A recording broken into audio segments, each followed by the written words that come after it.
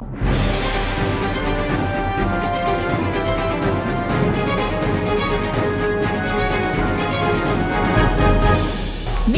in Tupac news, The shooting of Tupac Shakur once again underscores the violence that has surrounded this man since he shot the superstar. 4 people pulled up, opened fire. Shakur and Knight. Tupac Shakur was shot several times in the chest. Shakur was pronounced dead. MAKAVELI in this Illuminati, all through your body. The blows like a 12-gauge shot. Feel me? Just think how much stuff was happening for him. It was too quick. That year seemed like, to me, 6 months. I live life high speed. Tupac Shakur has been sentenced to a maximum of 4.5 years in prison for sexually abusing a fan. Shakur has been arrested 6 times since 1993 on charges ranging from assault to gun possession. First of all, I'd like to thank God. Second of all, I'd like to thank my whole entire Death Row family on both sides, you know what I'm saying? I'd like to tell Tupac to keep his guards up. We ride with him. He was sitting in jail, and it was Suge who said, I will get him out of jail because I know what he can be. Suge Knight makes a deal to him. If we can arrange for you to get released from prison, if we put up the money for bail, and you sign a recording contract with me. What we're going to do is, we're going to get you out of prison. We're going to go in and do you an incredible album. We're going to make this money, and we're going to enjoy ourselves, get those dollars. That's how it was about. That's what we talked about. Suge went and got him with a private jet, private car, paid for him, that was it. Welcome to Death Row. Only Gab can do it like this. I got to get inside the mind of Suge Knight for a minute. And I believe the only way I can physically do this right now is to get it from you. Do you remember, let's rewind all the way back to when Tupac was about to come to Death Row. Do you remember the conversation you had with Suge, how excited he was? Take me through the whole process when he was about to bring Tupac to Death Row. I want to tap on that. I want to know what Suge was thinking. What was he feeling? Was he excited? You know, did he share with you his enthusiasm? What was popping at the time? He did. I don't remember the exact day, the time, the moment, but I do recall having the conversation. And he said, I'm about to get Pop. I said, you're about to get who? And he said, Tupac. He said, Tupac. So I was like, wow, okay. Okay, I feel it, okay. So he did it, called me, I got Pop. I'm like, oh, congratulations. Don't what do you want me to say? I don't know what to say. And that was the end of that. Basically, we didn't elaborate on how you're going to do it, how you get him.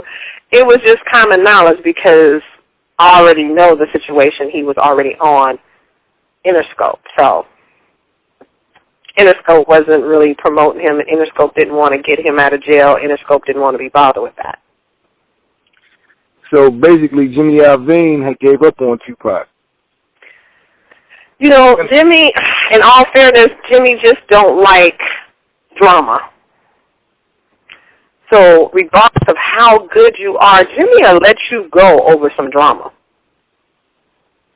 Right. So he like his artists to be pretty, not clean cut, but pretty unscathed as far as controversy and things like that. And, you know, that controversy with Tupac's middle name, he was troublesome for real at that time, you know. I don't think Jimmy even knew the value of what a Tupac could even be. Suge did. Wow. And, you know, Suge did express how, you know, he's supposed to be this person and nobody tried to reach out to him and he's sitting over there in jail and nobody helping him. Okay, go help him, go save him. So how many trips do you think Suge took back and forth to New York on that private jet to court Tupac? You know, I don't know. I can't even elaborate on that because I don't know. Suge and I relationship was, well, I tried to make it as minimum as it needed to be, but why you had to throw my man under the bus like that? I didn't. Suge really, truly, Suge was my best friend. We had different views about a whole lot of things, but he was very excited about getting Tupac. And Suge likes controversy. Suge likes to be the one to bring the controversy to the table. You know, that's why when you come over to death row, you could say and do anything, and he'll support it. So now Tupac is there at death row. Suge brought him, he brought him home, and they put the medallion around his neck. When did you first meet Tupac? I met Tupac at some studio he was at. I had to go to the studio, and I'm not one for hanging at the studio, so I never really go in. And I don't know if I was taking out my car from Suge, swapping out cars with him, and I pulled up, and he was like, "Oh, you know, why don't you come meet Tupac?" So he brings Tupac outside to meet me, and he was like, "This is my wife." You know, he never called me Sharitha. It always was Smiley. "This is my wife, Smiley. This is Tupac. Hi, how you doing?"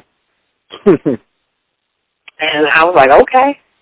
You know, I'm not one for being impressed about nobody, and I didn't know Tupac outside of Dear Mama.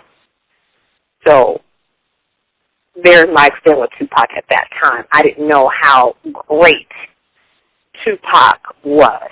Your Tupac history was limited at the time, so you pretty much was learning on the fly. So you got him aboard, you meet him at the studio. So how did he come off? Was he an outgoing person, or was he kind of reserved? Because he was the new guy. No, he didn't act like no new guy. He acted like he was there. He's been there as long as everybody else been on the road. He was just, if I had to put him against the role, the original people, he was the professional one. Everything you said you wanted him to do, it was done. It was never, if I said 6 o'clock be here, he's here at 6 o'clock. It was no 7, no 8. And Suge, we all know Suge ain't on time he won't be on time for his own thing. But Tupac, he's on time. Everything about him was business, professional. Tupac's been in my house for dinner with Suge and some of the homies. And he's just this classic dude that you had to love him. You could not love this man. Right. So, Sharitha, did you see a climate change in Death Row? Like, did you see Death Row at a certain level, and then when Tupac came, his rock stardom, like, propelled y'all to a new height? Did you see, like, a change in, like, Death Row? Was it more media around? Was it more people taking pictures? Was it bigger venues? What did Tupac bring differently to change the atmosphere at Death Row? I think Tupac did elevate Death Row to the next step that Death Row needed to go to at the time. I could see that people liked Tupac, but yet everybody was jealous of kind of everybody because what I call it is the flavor. Suge had flavors of the month or the season or whatever it was. Whatever the new artist was, that was the new flavor to Suge. And Suge groomed you. Suge kept you by his side. He was at his hip. Everywhere Suge went, he wanted you to go. Tupac became the flavor. Right. So, okay, we all on the shelf now because Tupac here. You know, Tupac jumped the line, and they're like, oh, well, okay, let's see if we can get on his stuff. That's how it was. Yeah, because go ahead. I'm sorry. No, go ahead. No, I was just going to say that I heard Yo say, Suge told him, man, everybody can go now. I got Tupac. Fuck everybody. Like, he was just gloating about Tupac. I heard he said, man, you can't do that. I mean, all these artists are basically like your children. You can't, show favoritism. But he said he was so in awe with Tupac's work ethic and, the return on the Tupac investment had him so enamored that, he couldn't hide it. Did you see Suge gloating over Tupac? Like, was he smitten with him? Him and Suge were so good together. They bounced off each other so well that Suge would have gave his life for that man. Wow. Suge was fascinated with Tupac and his abilities that he could be so dedicated in the time that he didn't want to leave the studio. This man come from prison, and all he want to do is record. You got to be impressed with that. Who wouldn't be impressed with that? Right. He was ready to go on the road. I took him on the road. He was ready. His game was, he was focused. Suge smitten with everybody that's new. That he just picks you, and this is who he picks out of the group. I'm going to take you today, and I'm going to groom you, and you're going to hang with me, and I'm going to show you a life, and that's what he did. But I think something was slightly different with Tupac. And I don't know if it was the professionalism that Tupac had that Suge kind of liked a lot about, but it was just a magnet with him with Tupac. It was more intense than it was when Snoop was around, when Dre came there, when there was a Jewel, when there was a Danny Boy.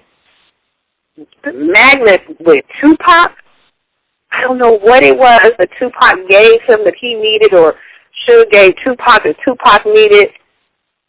It was, if Suge could probably rap, him and Tupac would have became a duet. Rap group, huh? That's how this relationship was. And, I started to decorate Tupac's house. And that's what really me and Tupac's relationship started, with the transition of me fixing his house for him. Because they bought him this house, and every artist, I kind of had a private sit-down with them to let them know who they was dealing with and what they thought of Suge and, what they should promise you, because I was always about, if you promise someone something, you have to keep your word, because in life, that's all you have is your word. And then when people stop believing you, you're going to have this problem. So I always had to talk to the artist, what did he promise you? Tell me what he promised you. And then Tupac started talking about Suge, and I think Tupac was really impressed with Suge, the magnitude that he took Death Row to that height, that West Coast. He put the map, he put the West Coast on the map, let me say that. And the things that Suge was doing as far as rap was concerned, no other label was doing it. Everybody was afraid of it. Suge wasn't afraid of you being who you are. So he said, he did call him Simon. And I said, oh, you know that now. You know that name, huh? He was like, yeah, I know Simon. And he told me about Simon. And I said, well, you just sold your soul to the devil. He was like, until the devil starts doing what he's supposed to do, I don't have no problem with it. Never happens, whoever fall dies. We fresh out of time, living blind, so we all rise.